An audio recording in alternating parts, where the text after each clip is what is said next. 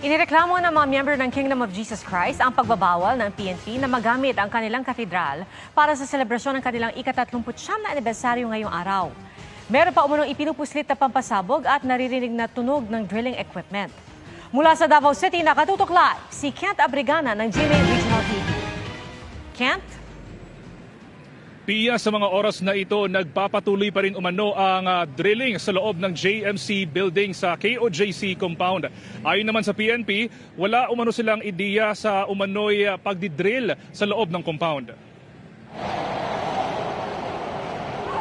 39th anniversary ngayon ng Kingdom of Jesus Christ. Pero di nila nagamit ang KOJC Cathedral para sa selebrasyon. Dahil binawalan daw sila ng PNP, ayon sa abogado ng grupo na si Attorney Israelito Torion.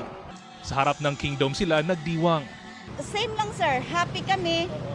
Sa among feeling sir, walay na iba, kundi we're so blessed. They have to celebrate it peacefully, and so we agree with that. Tila kinokontrol at inuukupa na umano ng PNP ang KOJC sa kabila ng Temporary Protection Order ayon kay Attorney Torion. Sinubukan ng GMA Regional TV na kunan ng pahayag ang PNP pero wala pa silang tugon. May kuha ring video ang taga KOJC na ginawa umanong command post ang katedral. Itinatanggi ito ng pulisya. Yung cathedral. No, there's a yellow line. May yellow line. So there's an ongoing investigation. Naging command center daw yung cathedral. Command center? Cathedral? No, the command center is nasa region. Sinubukan din daw ng PNP na maipuslit umanong pampasabog sa loob ng KOJC. Ayon kay Torion, isa itong can grenade na naharang daw ng KOJC members at ng isa sa kanilang abogado. Okay, yung can grenade, can you confirm that? Hindi, hinahanap po kung sino. They cannot even pinpoint it. Pero just the same, mali yun. Pero nakuha natin ng video na nakapulis yun. I don't know. Ini-investigate naman namin.